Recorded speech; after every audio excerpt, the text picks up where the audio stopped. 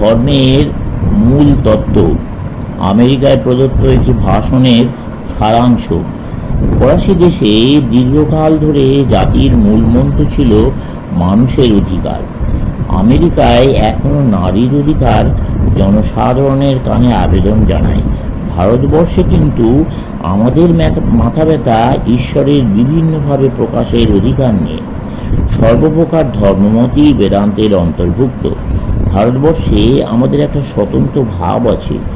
আমার যদি একটি সন্তান থাকতো, তাকে মনোসংযমের অভ্যাস এবং সেই সঙ্গে একপন্থী প্রার্থনার মন্ত্রপাঠ ছাড়া আর কোনো প্রকার ধর্মের কথা আমি শিক্ষা দিতাম না।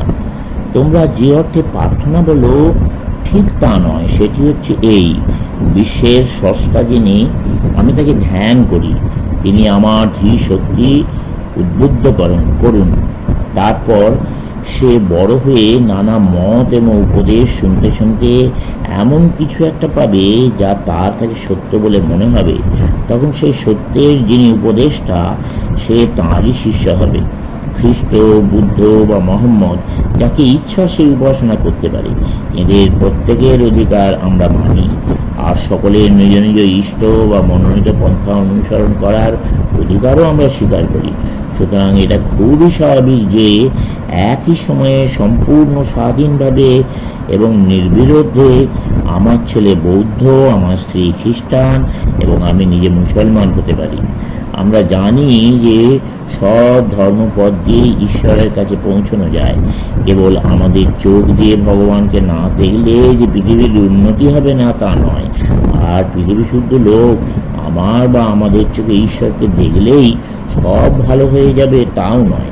আমাদের মূল ভাব হচ্ছে এই যে তোমার ধর্মবিশ্বাস আমার হতে পারে না, আবার আমার মতবাদও তোমার হতে পারে না। আমি আমার নিজেরই একটি সম্প্রদায়।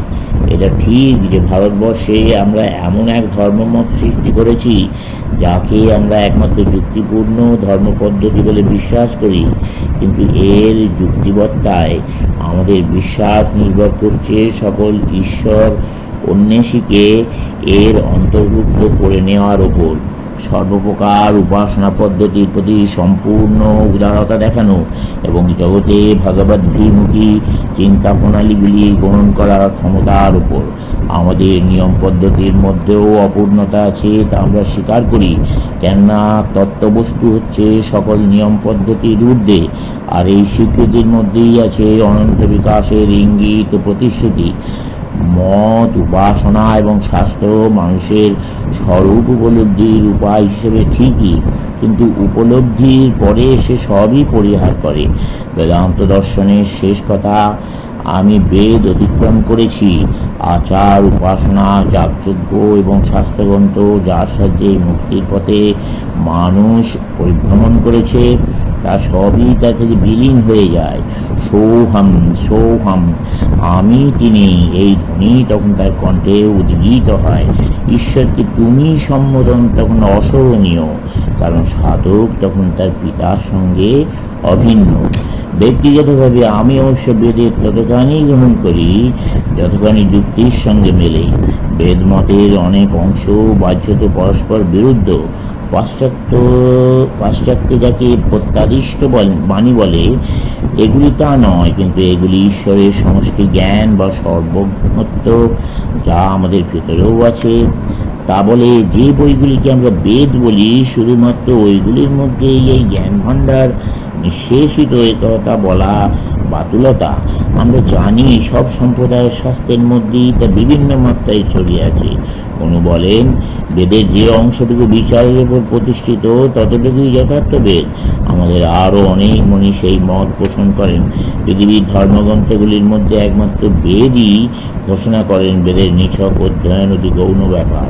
সাধায় তাকেই বলে যার দ্বারা আমরা শাশ্বত সনাতন সত্য উপলব্ধি করি, এবং তার নিছক পাঠ, বিশ্বাস বা তর্কযুক্তির দ্বারা সম্ভব নয়। সম্ভব একমাত্র অপরোক্ষ অনুভূতি ও সমাধির দ্বারা। সাধক যখন এই অবস্থাপ্রাপ্ত হন, তখন তিনি সগুণ ঈশ্বরের ভাব লাভ করেন।